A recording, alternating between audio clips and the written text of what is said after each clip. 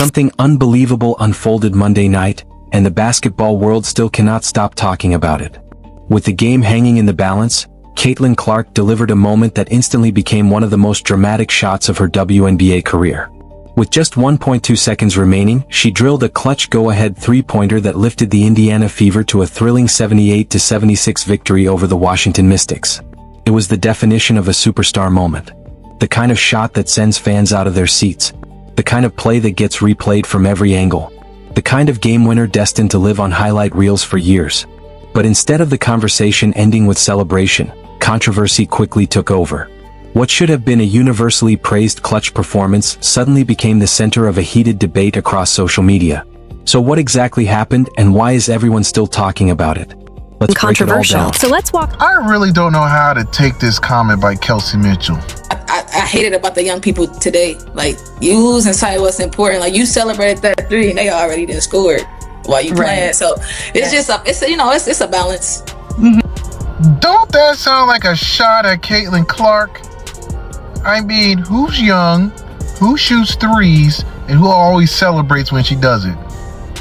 It sounds like Caitlin Clark to me, don't it? If it walks like a duck, quack like a duck, I think that's the duck she's talking about. So, let's break down what unfolded in those final moments. Late in the fourth quarter, Caitlin Clark pushed the pace and found Kelsey Mitchell for a transition layup that gave Indiana the lead. It looked like the Fever had seized control at exactly the right time. But Washington had one more response. With just 4.3 seconds remaining, Shoni Schimmel stepped to the line and knocked down two clutch free throws, putting the Mystics back in front, 76-75. Suddenly, Indiana's fate came down to a single possession. One timeout. One opportunity. Out of the timeout, Sophie Cunningham handled the inbound. Washington's defense took a gamble, aggressively jumping the passing lane in search of a game-saving steal. The risk backfired. Clark slipped free beyond the arc with a clean look at the basket. She caught, rose up without hesitation, and drained the three-pointer with 1.2 seconds left on the clock. The arena erupted. The Fever bench exploded. Indiana had stolen the win, 78-76, on a shot that instantly joined the growing list of signature Caitlin Clark moments. That should have been the story. A superstar delivering when the pressure was at its highest. A game-winning shot. A thrilling finish. End of discussion. Instead, once fans started watching the aftermath and replaying the celebration from every angle, a completely different conversation began to take over. And this is Mitchell comes off the screens, but so does Clark. Up and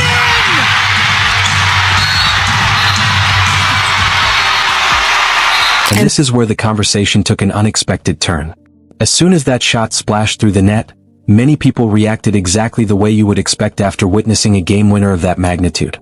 The arena erupted, the Fever bench exploded, and teammates rushed to celebrate a moment that could define an entire season.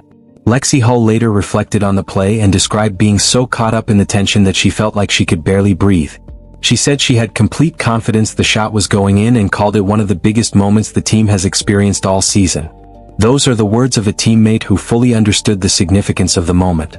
Someone who was living every second of it right alongside Clark. It sounded like pure excitement. Pure belief. The kind of reaction that naturally follows when a teammate delivers in the biggest possible spot.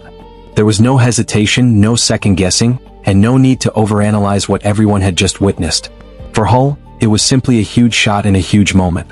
But while some people saw nothing more than a team celebrating an incredible victory, others began focusing on the reactions that followed, searching for meaning in every expression, every gesture, and every interaction captured by the cameras.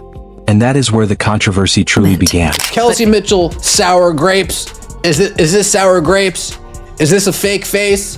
Are we putting on for the gram, as the kids would say? how much confidence did you have in her hitting that one? Pretty high. Honestly, I saw it kind of go up. I'm like, yeah, that's money. And I think that that was the way it was written up. And I think, really honestly, you just try to let your personnel do the work. I'm going to trust her every time, and I think it was a good shot. But fans watching the replay were focused on something else entirely. As the celebration unfolded, some viewers began dissecting Kelsey Mitchell's reaction, arguing that her body language seemed different from what they expected in a moment that dramatic. She was not sprinting across the court. She was not leaping into the celebration. She was not displaying the kind of explosive emotion that often accompanies a game-winning shot. And on its own, that probably would not have become a major story. On its own, most people would likely have shrugged and moved on.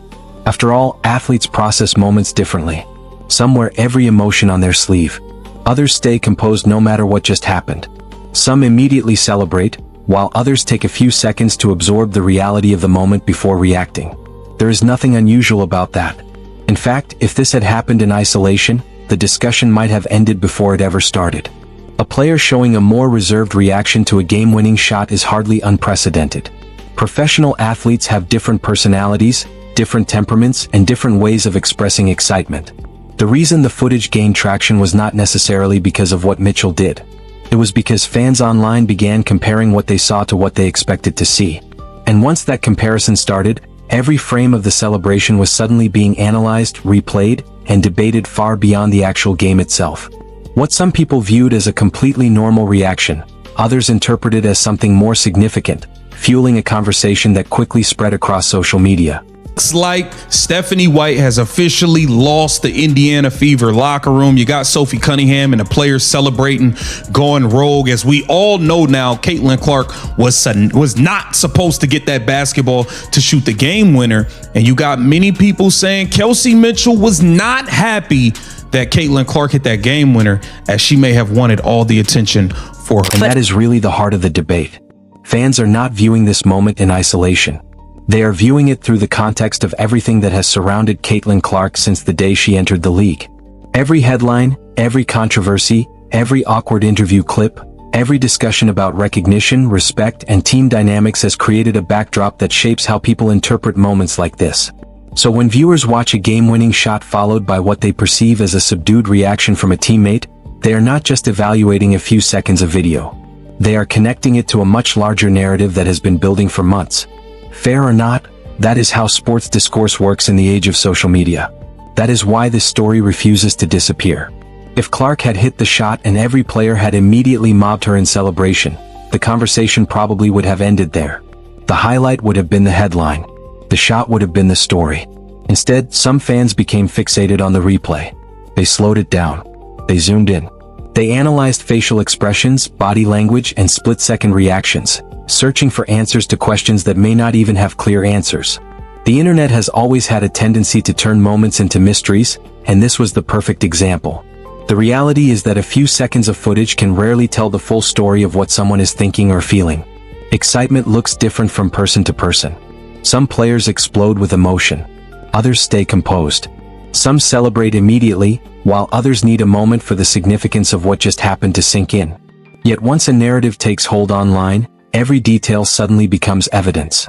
Every gesture becomes a clue. Every reaction becomes part of a larger theory. And that is exactly why a game-winning shot that should have been remembered purely for its brilliance has instead sparked a debate that continues to grow long after the final buzzer sounded. And honestly, People think that Sophie Cunningham went rogue. I don't think she went rogue. I think she just took what the defense gave him. I think the most glaring issue is not the play itself, but the intent. So Lexi Hull actually came out and said that they were supposed to draw a foul with Aaliyah Boston and Kelsey Mitchell. But honestly, why would you want to go with that strategy? Like, that's the part that's glaring to me, because the referee's been goofy all game. They were getting a lot of no calls. I've seen a lot of plays where the referees actually swallow the whistle. And that is why the discussion has become bigger than a single replay or a single reaction. For many fans, this is not really about Kelsey Mitchell at all. It is about a pattern they believe they have been watching ever since Caitlin Clark arrived in the WNBA. Whether that perception is completely fair or not, it exists. And once people believe they are seeing a pattern, every new moment gets filtered through that lens. From their perspective, the frustration comes from how often Clark's biggest accomplishments seem to be followed by a different conversation. She delivers a headline-making performance, and the focus shifts elsewhere. She changes the momentum of a game, and the discussion becomes about the system. She hits a game winner, and suddenly people are debating the play design, the intended target, or the reactions afterward rather than the shot itself. That does not mean there is some secret agenda operating behind the scenes. It does not mean there is a coordinated effort to diminish what she accomplishes. But perception matters, and many fans feel like too many conversations keep arriving at the same destination. Fairly or unfairly, They see a superstar moment followed by a qualifier, an explanation, or a redirect. And that is what keeps fueling the debate. It is not that people can point to one definitive piece of evidence and declare the case closed. It is that every new incident gets added to a growing collection of moments that supporters believe tell a larger story. One moment by itself may mean very little.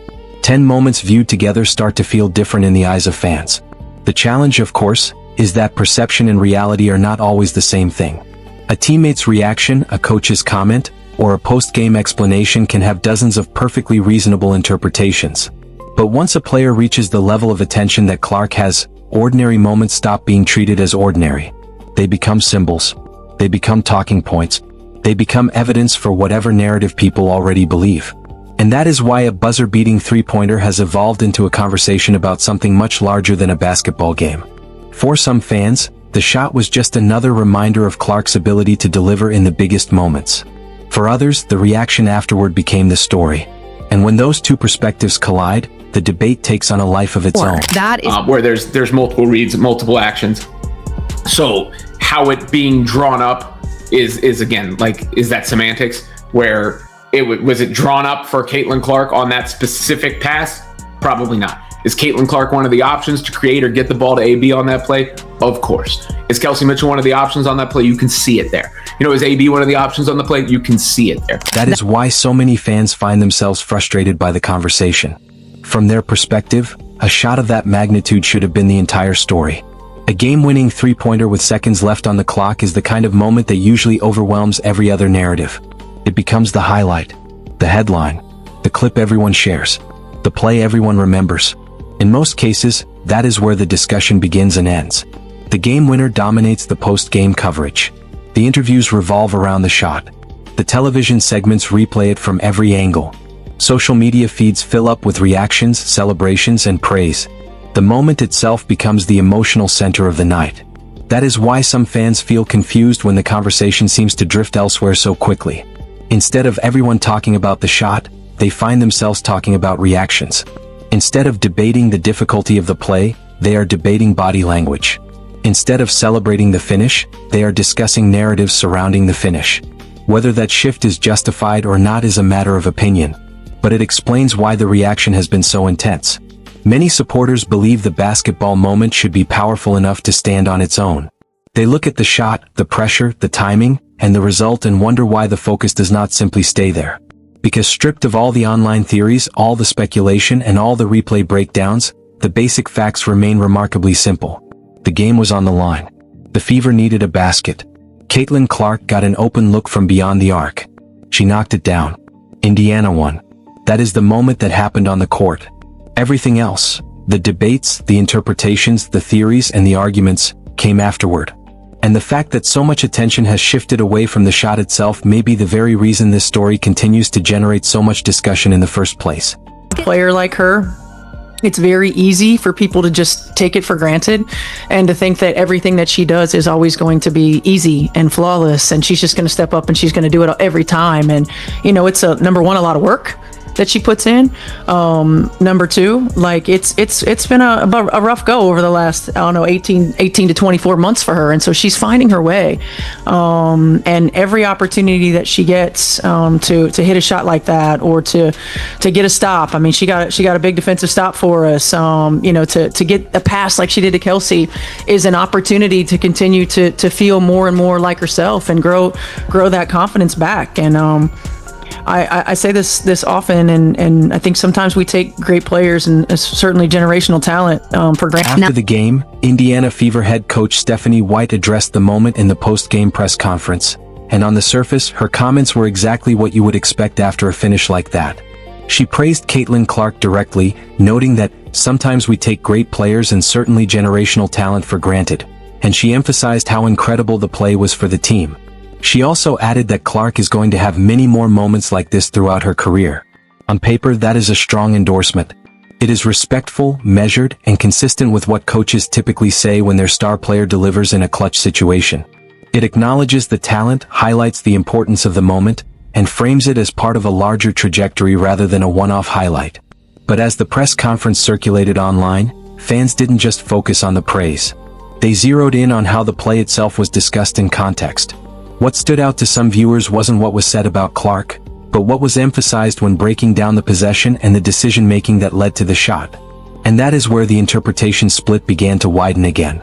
For some fans, it felt like the conversation was subtly shifting away from the simplest explanation of what happened, a star player being trusted in a critical moment and delivering, toward a more schematic or system-focused framing of the possession.